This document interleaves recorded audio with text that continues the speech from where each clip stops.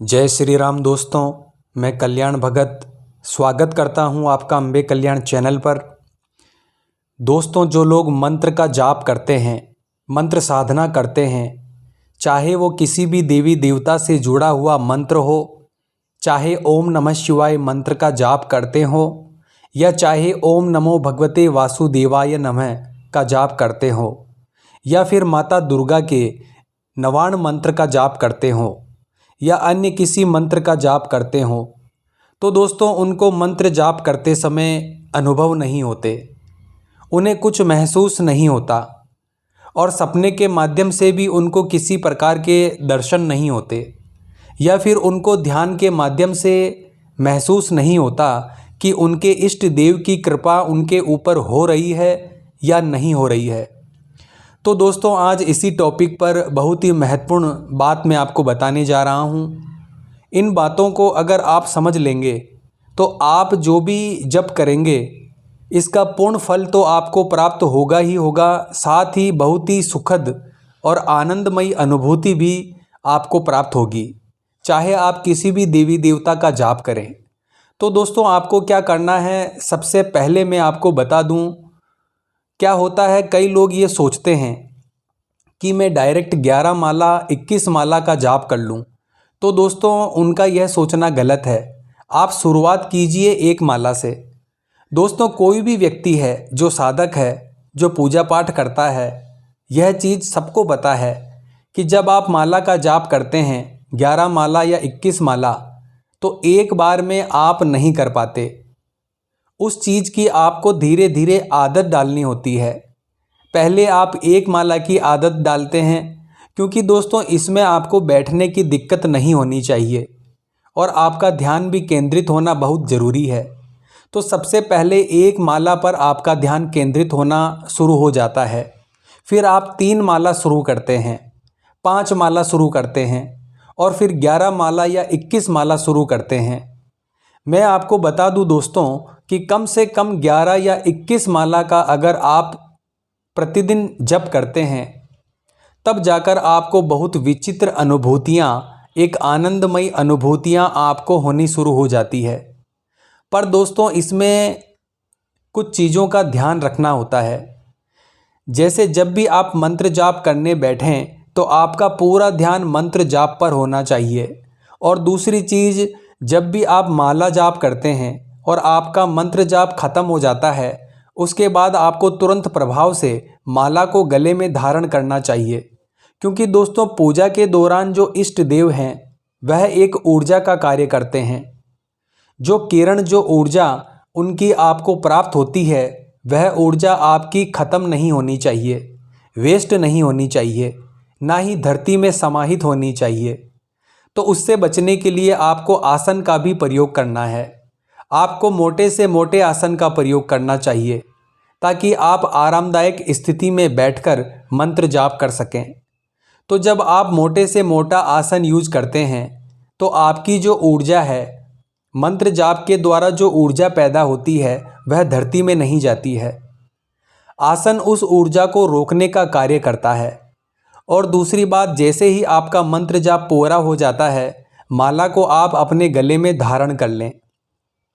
माला को जो लोग धारण नहीं करते, उनकी ऊर्जा माला में रह जाती है।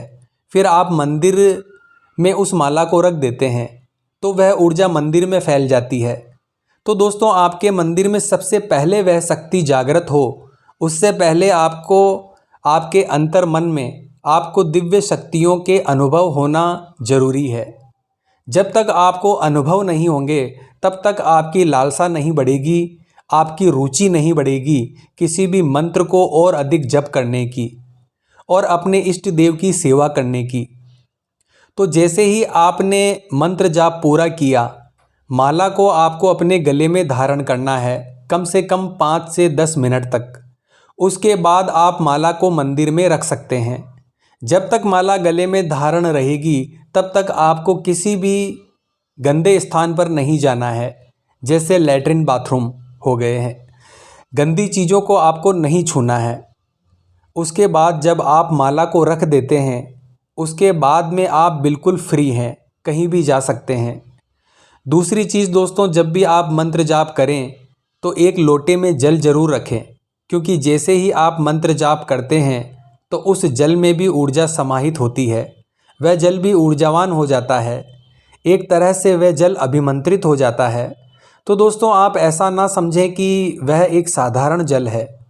जब आप मंत्र जाप करके हटते हैं तो वह जल जो है वह अभिमंत्रित जल होता है। वह जल कई प्रकार से कार्य करता है। उस जल के छींटे आप अपने घर में लगा सकते हैं, या मंत्र जाप के दौरान अभिमंत्रित करके उस जल को आप घर के सदस्यों को पिला सकते हैं। और दोस्तों, उस जल को आपको भी सेवन करना है, इस बात का ध्यान रखें। दोस्तों, बीमार व्यक्ति को भी आप इस अभिमंत्रित जल को पिला सकते हैं, और घर में छिड़काव करने से जो नकारात्मक एनर्जी है वह भी इस जल के द्वारा दूर होती है। और इसके सेवन से शरीर में अगर कोई नकारात्मक शक्ति है या मलिनता है वह भी इससे दूर होती है। तो प्रतिदिन की सेवा पूजा में, प्रतिदिन के मंत्र जाप में आपको जल का लोटा ज़रूर रखना है। इसके अलावा एक चीज़ का आपको ध्यान और रखना है दोस्तों, जैसे ही आपका मंत्र जाप पूरा हो जाता है तो आपको तुरंत धरती पर पाँव नहीं रखना है।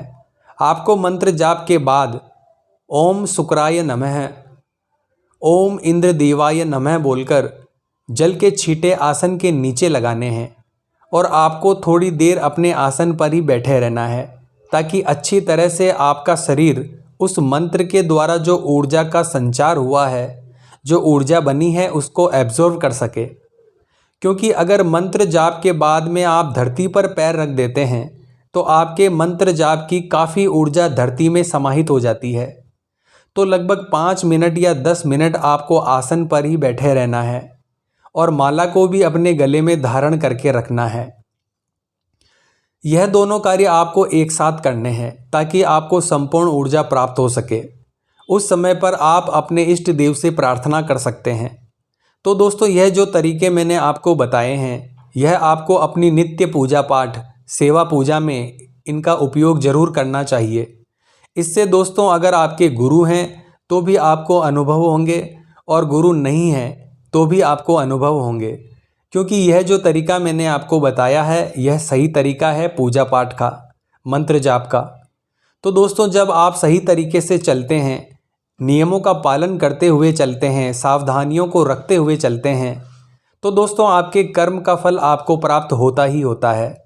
अगर आप इन सावधानियों का ध्यान रखेंगे और इन नियमों का पालन करेंगे तो आपको अपने इष्ट देव की कृपा भी प्राप्त होगी, उनके अनुभव भी आपको प्राप्त होंगे, और स्वप्न के माध्यम से उनके दर्शन भी आपको प्राप्त होंगे, और आपकी उन्नति आध्यात्मिक मार्ग पर होती रहेगी। क्योंकि दोस्तों, जब तक आपको अनुभव नहीं होंगे तब तक एक आत्मविश्वास आपके अंदर नहीं आएगा, और आपका मन ही नहीं करेगा कि आप अपने इष्ट देव की सेवा को बढ़ाएं। तो दोस्तों, इन चीज़ों का आपको विशेषकर ध्यान रखना है। आशा करता हूँ आज की यह जानकारी आपके लिए उपयोगी साबित होगी। तो जय श्री राम बोलना पड़ेगा दोस्तों। मिलते हैं नेक्स्ट वीडियो के माध्यम से। जय माँ अम्बे, जय श्री कल्याण।